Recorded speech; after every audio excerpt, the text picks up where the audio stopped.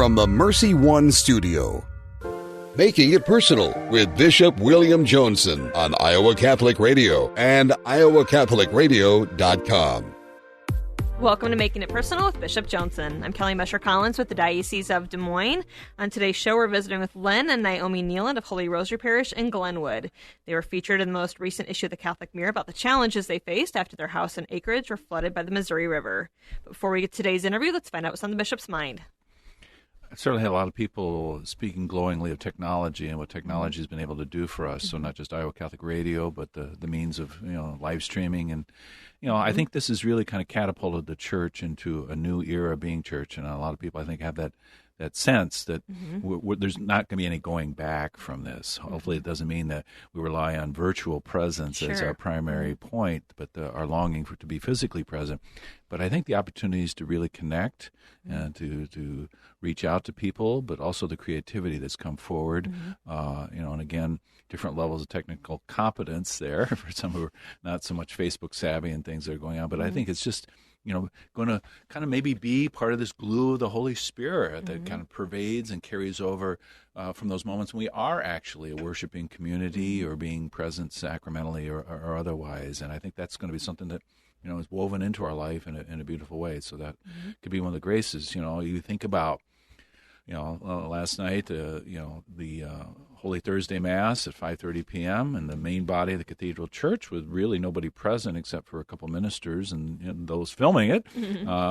But it's something that calls forth deeper faith. I mean, as a priest, I've had occasions in the academic ministry. I always tried to be part of parishes where celebrating in that way was not so exceptional. It was at least once or twice a week that would be the case. And, versus when you're filming, there's even that opportunity just to pause and just to pray the Mass with a new rhythm. I know, most priests have a sensibility, believe it or not, but for some people, that people don't have unlimited time to be there and that there's a kind of internal clock sometimes. My dad used to check his watch when I start preaching, within 2 minutes. He's like, Dad, can you at least wait till 8 minutes to check your watch? But I think even those moments just to pause and to prayerfully move into that and not have to say, okay, we got to go on to the next thing here. And so, when we're filming it, obviously there's a certain economy that we want to be there. But I think it's a real sense of the mystical body and the ache and the pain that people have that we're doing that. So today, Good Friday, the times are posted on our diocesan website or your parish site where the live streaming might be. The 3 p.m.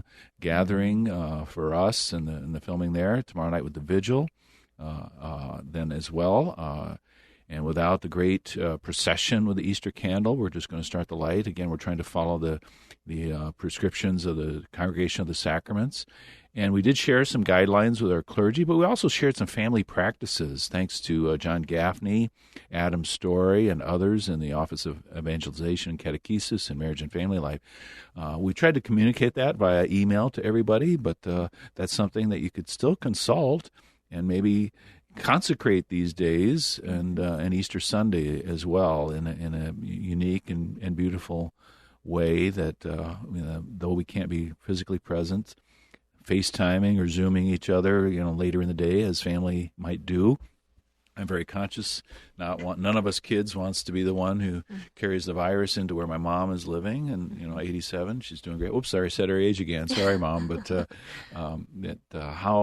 how the risen one, as he came through locked doors, is present to us. I'm kind of conscious of when I was 2 years ago on sabbatical and was actually down in Santa Cruz, Bolivia, and my brother Mark joined me at that time. We were going to do a little time traveling together, and we found ourselves at I think it was the Church of St. John Bosco on the Easter Vigil. So I had been celebrating, but that night just showing up, thought I would sit with the people in the pews. But Mark noticed that nobody had the Easter tapers with them to light from the Paschal. So he ran out in the church courtyard of the religious goods store and came back with his arms full of candles and things, and give me a hand, Bill. And so we started trying to pass them out to people, and they were a little wary of these two big gringos trying to hand them a candle. Like, what are the strings attached? But ultimately, they accepted that, and it was just a beautiful moment of new connectedness that transcends our culture or race in that way. So it was a light among lights.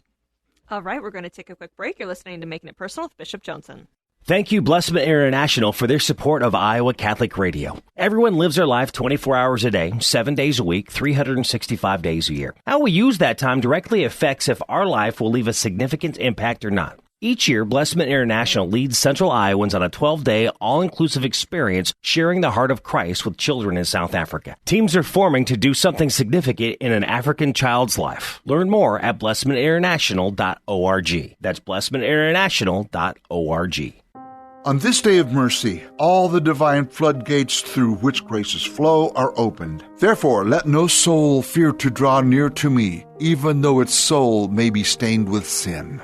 The Feast of Divine Mercy is Sunday, April 19th. Jesus offers us extraordinary graces on this special holy day. It is like a second baptism, a complete cleansing of our souls, a grace we will probably never fully comprehend. Divine Mercy Sunday, April 19th.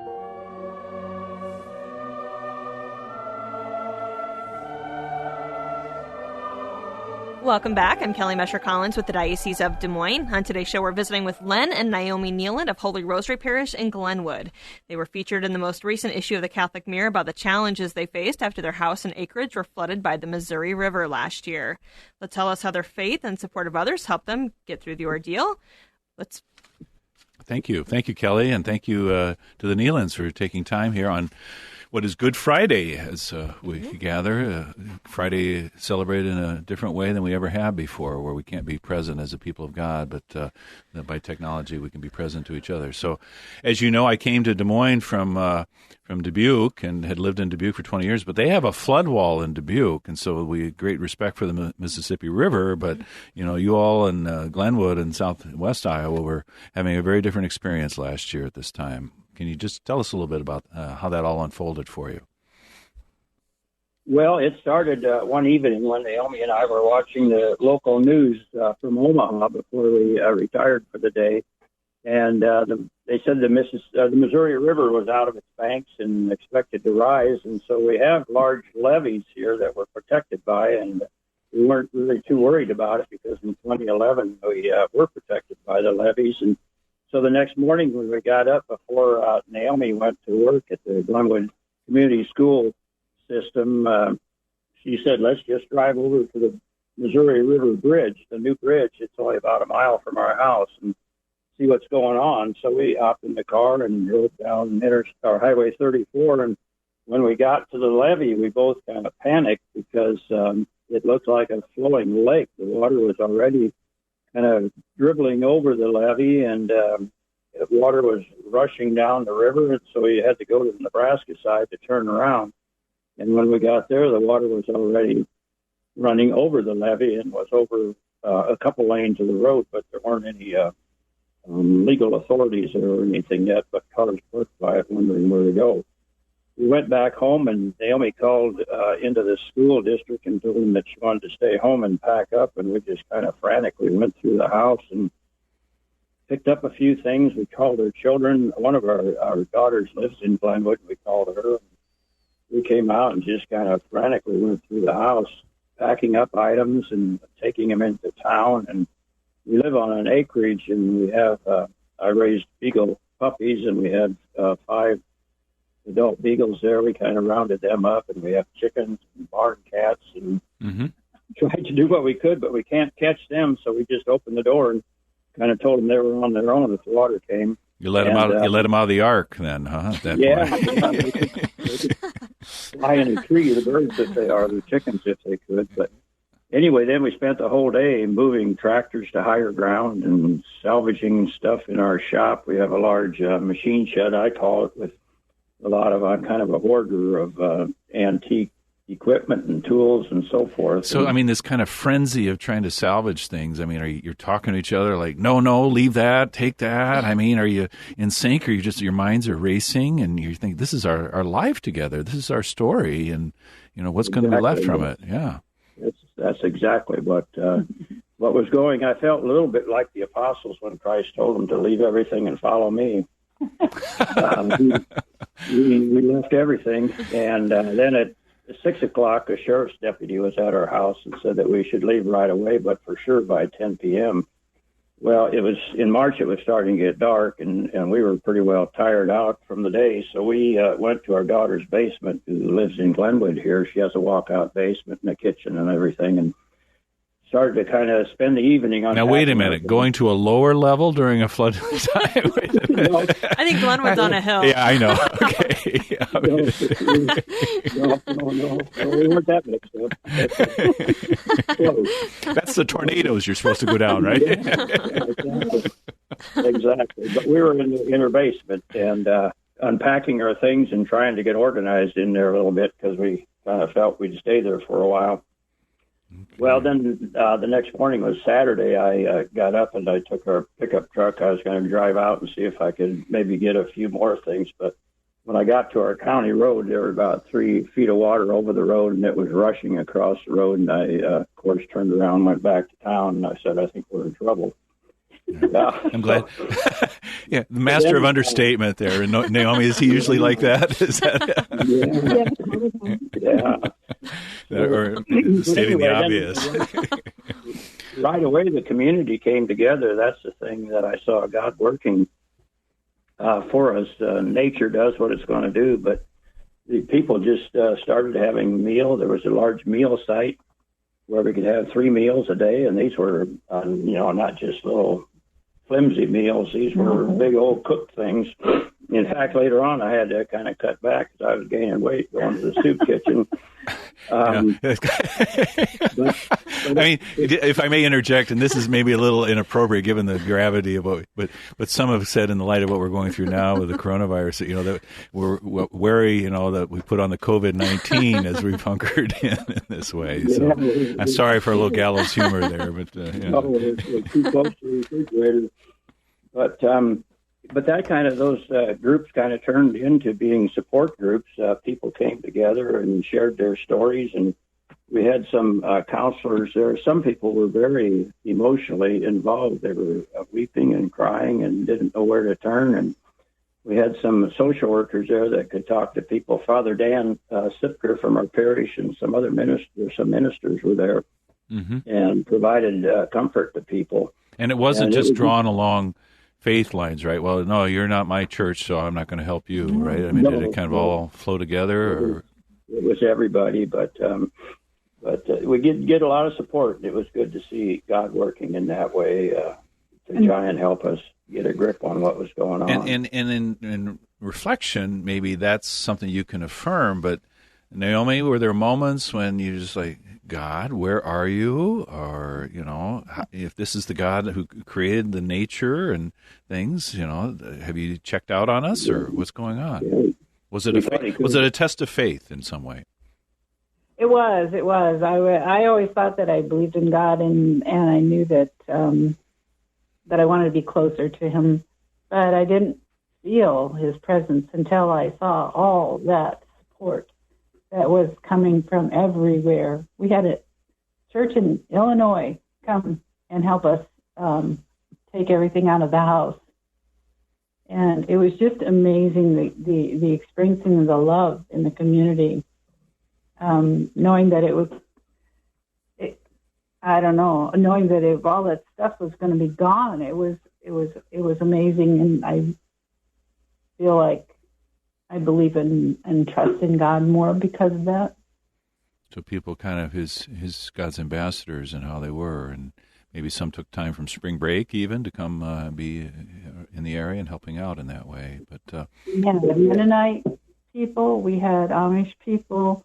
They would come and stay in their tents in the cold and in cars, and they stayed at the YMCA and took showers at the YMCA, and we just had an overwhelming group of people that came and helped and just showed the love of God from every corner.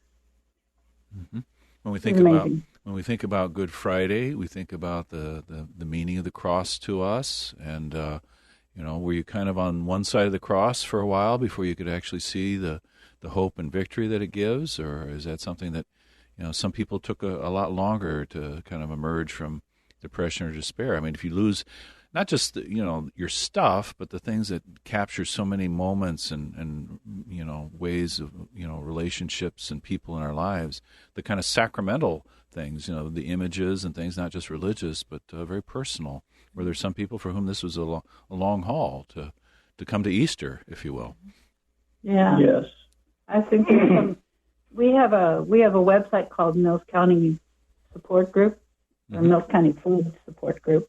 And on that, you hear a lot of people still venting their frustration about, yeah. Mm-hmm.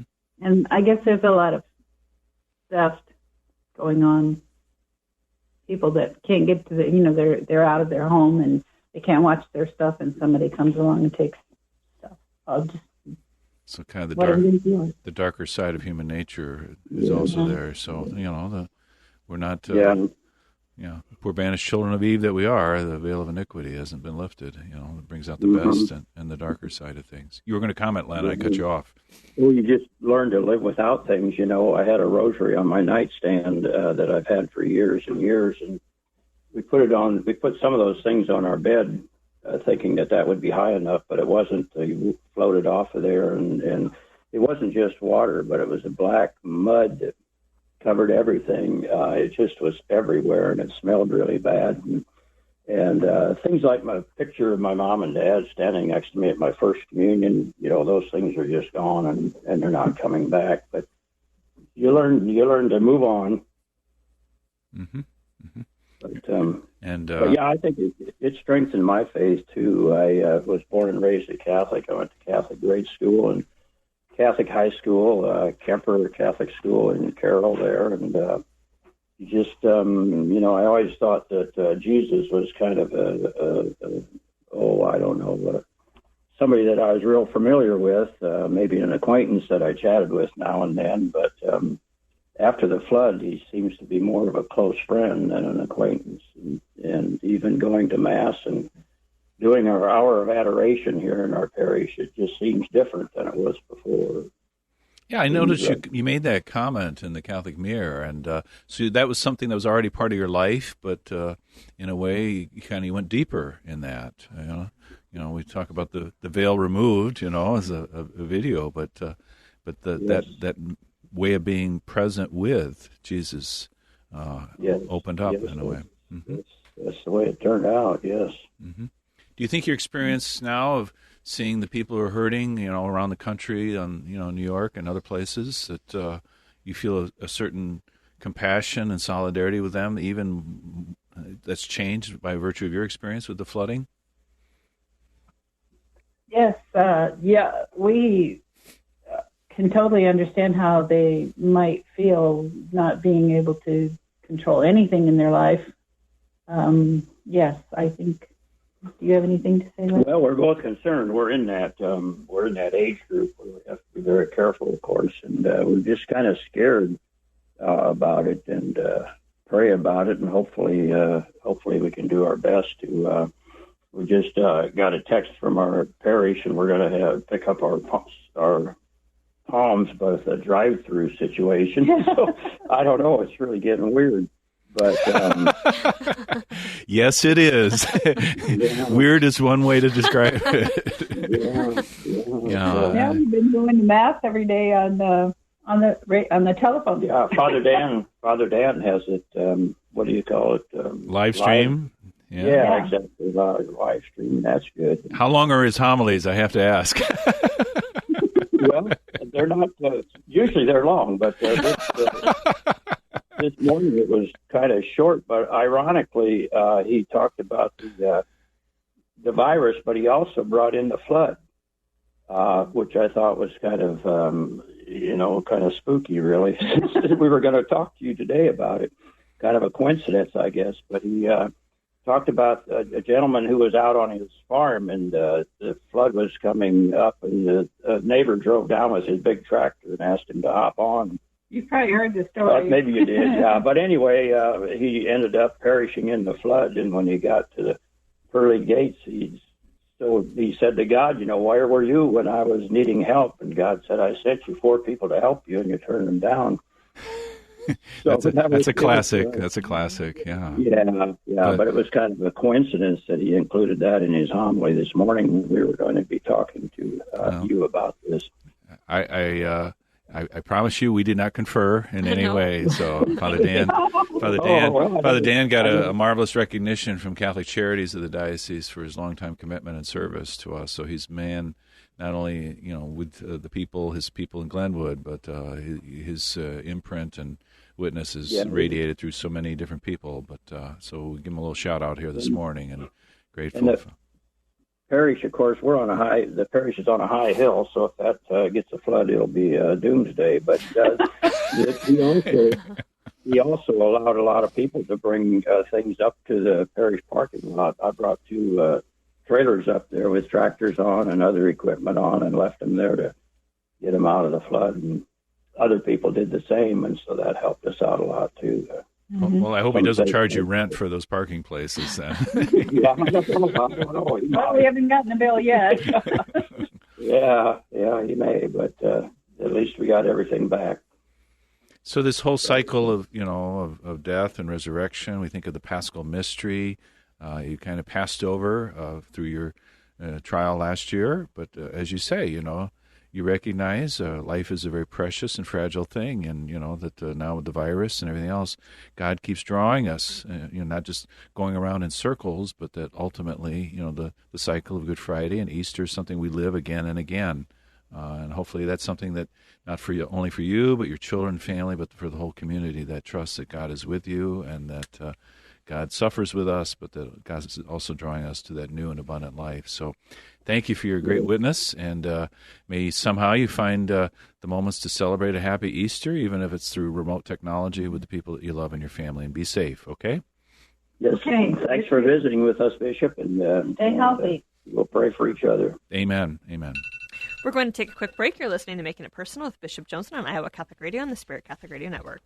Hi, this is Father John Ricardo, and I want to thank Caldwell Parish Funeral Home and Crematory for underwriting Christ is the Answer. Losing a loved one, as we know, is never easy, and it can leave you feeling lost and even hopeless at times. But Caldwell Parish helps ease that burden by sincerely caring both about your loss and about your faith. Caldwell Parish Funeral Home and Crematory is Des Moines' only Catholic-owned and operated funeral home. Their number is 515-276-0551 or online at caldwellparish.com. This is Bishop William Joensen of the Catholic Diocese of Des Moines.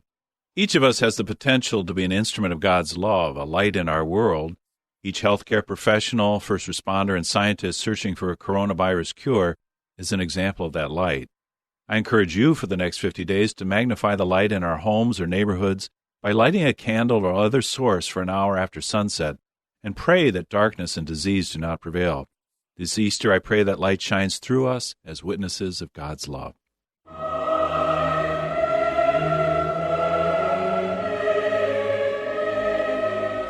Welcome back. I'm Kelly Mesher-Collins with the Diocese of Des Moines. Well, great interview with the Nielands. They're salt of the earth, and that's why I love Iowa and people like that. And, it is kind of, I have to be patient to be able to get around to the parishes. And this kind of confirmation season is not going to be what it was shaping up to. I look forward to that as a great chance to engage with the flock and to really get to know them. I heard a message from John Fisher along with his wife Mary out there in Neola. Said we had hoped that I would be coming for confirmation, but now everything's changed with this pandemic. I actually gave a little blessing to their 17-month-old grandson, James, when I was at St. Albert School in Council Bluff for Mass during Catholic Schools Week, and they're keeping that photo. He gives you a nice little shout-out, Kelly, for your article in the Catholic Mirror about the Nielands and just the Mirror in general, that as people look at that and Matt Campbell's talk and all that you wrote about. And then, waxes nostalgically, some of us, Clyde Williams Field in Ames, where he graduated from Iowa State in 74, and things like that. He was on the 50-yard line during homecoming at that year, and then met his wife Mary, good old Imogene girl, Catholic nurse, after graduation, and their 4 children, many of whom became Cyclones, and then one, went to the dark side and earned a medical degree at the University of Iowa that way. Just teasing, Hawkeye fans. Please do not send me any hate mail, okay? But just, again, that's a different era and how we can be present to each other. So kind of looking other things going on in the world, Catholic or otherwise, and how are people reaching out to support each other beyond the diocese even?